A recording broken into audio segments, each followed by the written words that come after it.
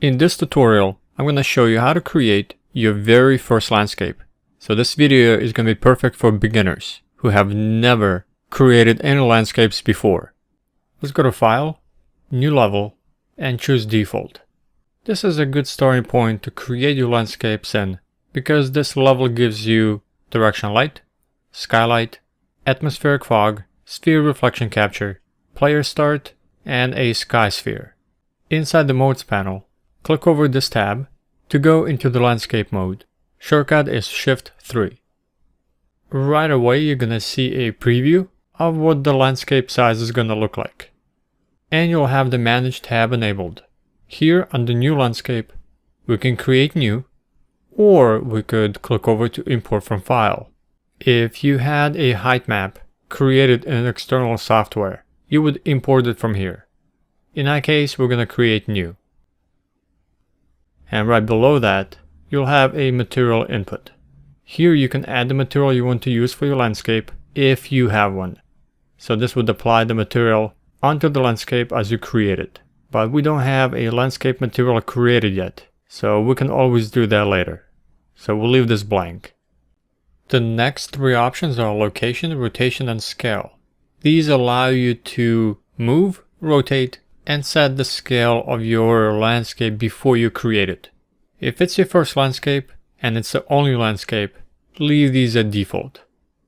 And if you need to move your landscape, you can always do so after you create it.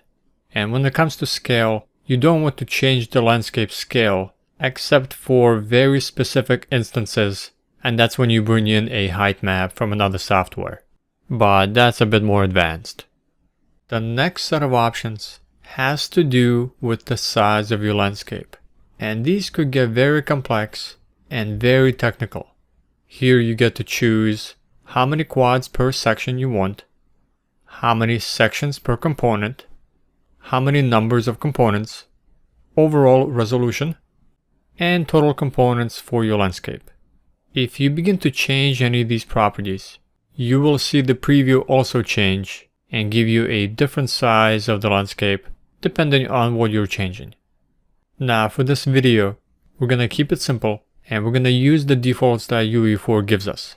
Section size, 63 by 63 quads, sections per component, 1 by 1, number of components 8 by 8, and the overall resolution is going to be 505 by 505.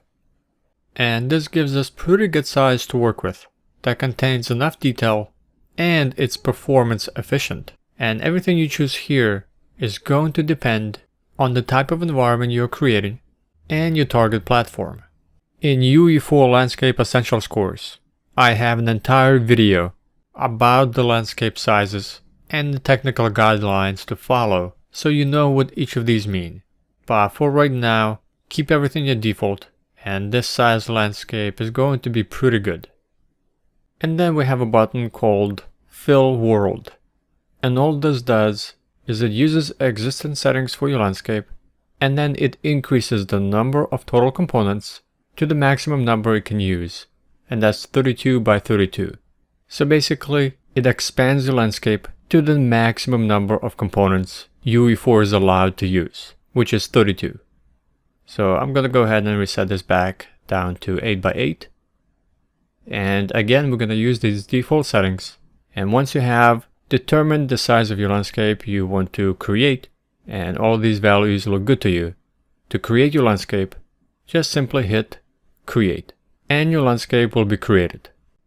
The Landscape Mode panel will automatically switch from Manage to Sculpt, and at this point we can begin working with our landscape. At any time you can switch back from Landscape Mode to any other mode in order to place some items or go back and add some lights.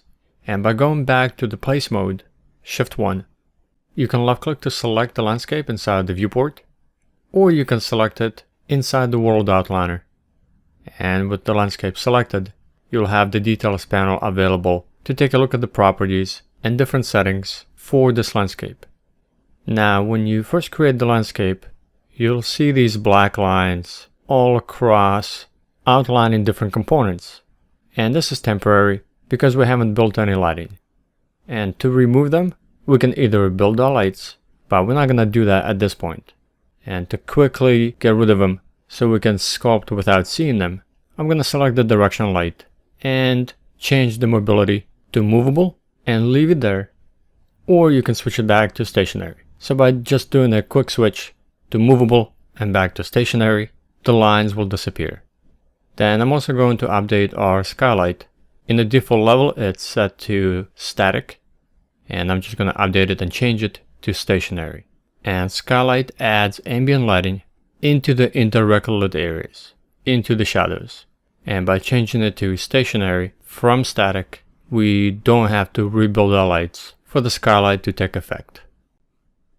We also have the default plane and the player start below our landscape. So I'm just going to quickly select them and move them to be above the landscape. And you could have also selected the landscape and moved it down. Either way would work. And we are going to keep this ground plane for now because it acts as a scale reference to see how big the landscape is. And you may also want to insert a human reference scale into the level, the UE4 mannequin, to help you judge scale. And I have a separate video on that for how to download and add the mannequin to a project and then insert it into any level. This was just the beginning for creating a landscape. Next, you would need to sculpt it using a variety of UE4 sculpting tools and then create a UE4 material specifically for landscapes. And that is a whole nother beast to deal with. So if you want to learn more for how to sculpt, for how to create landscape materials, and how to paint those materials onto your terrain, download UE4 Landscapes Essentials course. And it will show you everything you need to know and how to get started entirely inside UE4.